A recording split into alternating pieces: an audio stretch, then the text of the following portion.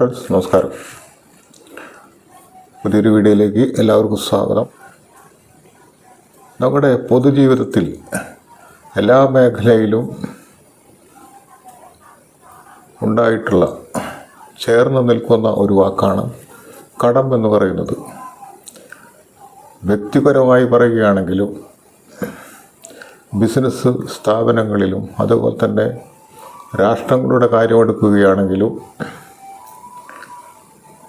കടം എന്ന വാക്ക് ഈ മേഖലയിലൊക്കെ തന്നെ അതിനോടൊപ്പം നിൽക്കുന്നു. വ്യക്തിപരമായ ആവശ്യങ്ങൾ പറയുകയാണെങ്കിൽ നമുക്ക് എന്തെങ്കിലും പൈസ ആവശ്യം വന്നാൽ നമ്മുടെ ഫ്രണ്ട്സിനെ സമീപിക്കുകയും കുറച്ച് നാളത്തെ അവധിക്ക് വേണ്ടി നമ്മൾ കടമെടുക്കുകയും ചെയ്യുന്നു. ബിസിനസ് സ്ഥാപനങ്ങളാണെങ്കിൽ ബാങ്കിനെ സമീപിക്കുകയും ആവശ്യമുള്ള പണം ബാങ്കിൽ നിന്ന് ലോൺ എടുക്കുകയും ചെയ്യുന്നു. രാഷ്ട്രങ്ങളൊക്കെ കണക്കെടുക്കുകയാണെങ്കിൽ അന്താരാഷ്ട്ര നാണയനിധിയിൽ നിന്നൊക്കെ കടം മേടിക്കുന്നു. രാഷ്ട്രങ്ങളുടെ ഉള്ളിൽ തന്നെയുള്ള പല സ്റ്റേറ്റുകളും അവരുടെ സാമ്പത്തിക ആവശ്യങ്ങൾക്ക് വേണ്ടി കടം മേടിക്കുന്ന ഒരു പ്രവണത കണ്ടുവരുന്നുണ്ട്. എന്തിനു വേണ്ടിയിട്ടാണ് ഈ കടം മേടിക്കുന്നത്?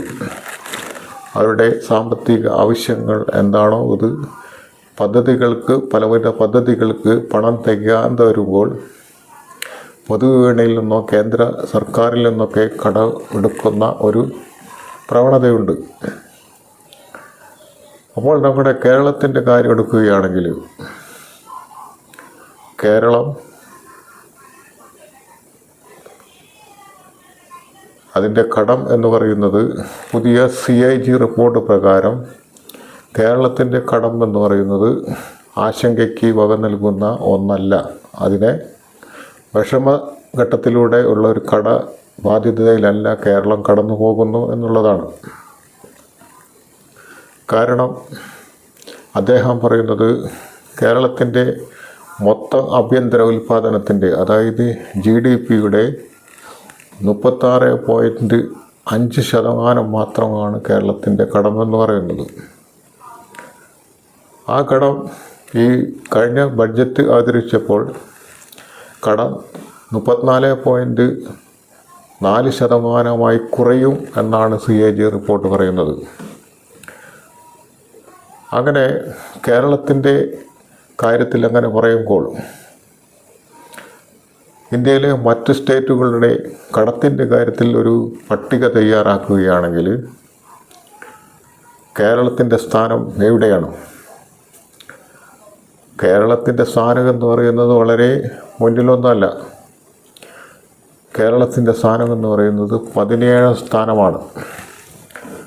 ഇന്ത്യയിലെ മൊത്തം സ്റ്റേറ്റുകളുടെ കണക്കെടുത്ത് പരിശോധിക്കുമ്പോൾ കേരളത്തിൻ്റെ കടത്തിൻ്റെ കാര്യത്തിൽ കേരളത്തിൻ്റെ സ്ഥാനം 17ാം സ്ഥാനത്താണ് കേരളം. ഇന്ത്യയിലെ മറ്റ് സ്റ്റേറ്റുകളായ പഞ്ചാബ്, ഹിമാചൽ പ്രദേശ്, ഹരിയാന, ബീഹാർ, മധ്യപ്രദേശ്, പശ്ചിമ ബംഗാൾ ഈ സംസ്ഥാനങ്ങളെ കണക്ക് പരിശോധിക്കുമ്പോൾ കേരളത്തിൻ്റെ എത്രയോ മടങ്ങ് കൂടുതലാണ് ആ സ്റ്റേറ്റുകളുടെ കടമെന്ന് പറയുന്നത്. അതുകൊണ്ട് തന്നെയാണ് കേരളത്തിൻ്റെ കടമെന്ന് പറയുന്നത് ആശങ്കപ്പെടേണ്ട ഒരു അവസ്ഥയിലല്ല എന്നാണ് CAG റിപ്പോർട്ട് പറയുന്നത്. CAG എന്ന് പറഞ്ഞാൽ നിങ്ങൾക്കറിയാമെന്ന് വിചാരിക്കുന്നു. അദ്ദേഹമാണ് എല്ലാ വരവ് ചെലവ് കണക്കുകളൊക്കെ പരിശോധിച്ച് റിപ്പോർട്ട് ചെയ്യുന്ന ഒരു ഉദ്യോഗസ്ഥൻ. അദ്ദേഹം പറയുന്നത് കേരളത്തിൻ്റെ കടം ഈ 10 വർഷത്തിനുള്ളിൽ ഉണ്ടാക്കി തീർത്തതല്ല, അത് കാലങ്ങളായി പിന്തുടർന്നു പോരുന്ന ഒരു ഘടനയുടെ ഫലമാണ് ഈ കടമെന്ന് പറയുന്നത്. അതായത് കേരളം രൂപം കൊണ്ട് ആ വർഷം തൊട്ടിങ്ങോട്ടുള്ള കടത്തിൻ്റെ ഒരു ഭാഗമാണ് ഇപ്പോഴും പിന്തുടർന്നു പോകുന്നത്. അങ്ങനെ കേരളം കടമെടുക്കുന്ന പണമെല്ലാം മുൻകാലങ്ങളിൽ ഉണ്ടാക്കിയിട്ടുള്ള കടം വീട്ടുന്നതിന് വേണ്ടിയാണ് ഉപയോഗിക്കുന്നത്. എന്നിരുന്നാലും കേരളത്തിൻ്റെ ഒരു സവിശേഷത അനുസരിച്ച് കേരളം ഇങ്ങനെ പണം കടമെടുക്കുമ്പോൾ കേരളത്തിൻ്റെ ഖജനാവിലേക്ക് അത്രയൊന്നും സംഭാവന ചെയ്യാത്ത, റിട്ടേൺ നൽകാത്ത ഒരു മേഖലയിലേക്ക് സാമൂഹ്യ സേവന രംഗത്തും അതുപോലെ തന്നെ ആരോഗ്യ മേഖലയിലും വിദ്യാഭ്യാസ മേഖലയിലും വലിയൊരു തുക കേരളം ചെലവഴിക്കുന്നുണ്ട്. അങ്ങനെ കടമെടുക്കുന്ന പണം കേരളത്തിൻ്റെ ഖജനാവിലേക്ക് അധികം വരുമാനം തരാത്ത, നികുതിയുടെ ഇനത്തിലൊന്നും അധികം വരുമാനം ലഭിക്കാത്ത മേഖലയായ ആരോഗ്യ മേഖലയും അതുപോലെ തന്നെ വിദ്യാഭ്യാസ മേഖലയും ഒക്കെ തന്നെ കേരളം കൂടുതൽ പണം ചെലവഴിച്ചിട്ടും ഈ കടം കുറച്ചു കൊണ്ടുവരാൻ കഴിഞ്ഞത് അഭിനന്ദനാർഹമായ ഒരു കാര്യമാണ്. അപ്പോൾ ഇവിടെ CAG പറയുന്നത് കേരളത്തിൻ്റെ കടം 10 വർഷത്തിന് ഉള്ളിൽ ഉണ്ടായിട്ടല്ല, അത് മുൻകാലങ്ങളിൽ ഉണ്ടായിട്ടുള്ള കടത്തിൻ്റെ ഒരു ഭാഗമാണ്. അത് ആശങ്കപ്പെടേണ്ട ഒരു കാര്യമില്ല എന്നാണ് അദ്ദേഹം പറയുന്നത്. Gulati institute of taxation and finance എന്ന് പറയുന്ന സ്ഥാപനം കേരളത്തിൻ്റെ കടം 2030 ആകുമ്പോൾ 27.8% കുറയും എന്നാണ് അവരുടെ കണക്കുകൾ സൂചിപ്പിക്കുന്നത്. അപ്പോൾ കേരളത്തിൻ്റെ കടബാധ്യത വരും കാലങ്ങളിൽ വളരെ കുറച്ചു വന്നുകൊണ്ട് മറ്റു മേഖലയിലെ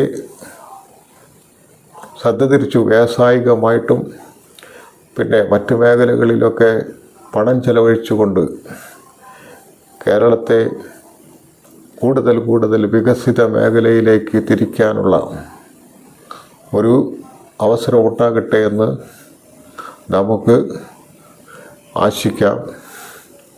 ഇപ്പോൾ കേരളം കടം കുറച്ചുകൊണ്ട് ഗവൺമെൻറ്റിൻ്റെ പദ്ധതിയുടെ വ്യക്തമായ ആസൂത്രണത്തിൻ്റെ ഫലമായി കടം കുറച്ചുകൊണ്ട് വ്യവസായ മേഖലയിലും ആരോഗ്യ രംഗത്തും വിദ്യാഭ്യാസ രംഗത്തും കൂടുതൽ ഉയർച്ച നേടിക്കൊണ്ട് ഇന്ത്യയിലെ മറ്റു സ്റ്റേറ്റുകൾക്ക് മറ്റു സ്റ്റേറ്റുകളെ അപേക്ഷിച്ച് കേരളത്തിന് അഭിമാനകരമായ നേട്ടമുണ്ടാക്കുവാൻ സാധിക്കട്ടെ എന്ന് ആശിക്കാം. ഈ ആരോഗ്യരംഗത്തും വിദ്യാഭ്യാസ രംഗത്തും പണം ചെലവഴിച്ചുകൊണ്ട് ഞങ്ങൾ മുന്നേറുന്നത് ഈ രണ്ട് ഘടകങ്ങൾ, ആരോഗ്യ മേഖലയും വിദ്യാഭ്യാസ മേഖലയും ഒരു രാജ്യത്തിൻ്റെ സാമ്പത്തിക അഭിവൃദ്ധിക്ക് ഏറ്റവും കൂടുതൽ അനിവാര്യമായിട്ടുള്ള ഘടകമാണ്. അതുകൊണ്ടൊക്കെ തന്നെയാണ് കേരളം ഇന്ത്യയിലെ മറ്റ് സംസ്ഥാനങ്ങൾക്ക് മാതൃകയായി തീർന്നത്. അപ്പോൾ ഇനിയുള്ള കാലങ്ങളിൽ കേരളത്തിൻ്റെ കടം ഇനിയും കുറയട്ടെ എന്ന്, മറ്റു മേഖലയിൽ കൂടുതൽ പണം ചിലവഴിക്കാൻ അവസരം ഉണ്ടാകട്ടെ എന്ന് നമുക്കെല്ലാവർക്കും ആഗ്രഹിക്കാം. അത് ഇത്രയും പറഞ്ഞുകൊണ്ട് ഞാൻ നിർത്തുന്നു. ഈ വീഡിയോ ഇഷ്ടപ്പെട്ടെങ്കിൽ ലൈക്ക് ചെയ്യുക, എൻ്റെ ഈ ചാനൽ സബ്സ്ക്രൈബ് ചെയ്യുക. വീണ്ടും കാണാം അടുത്ത വീഡിയോയിൽ. നന്ദി, നമസ്കാരം.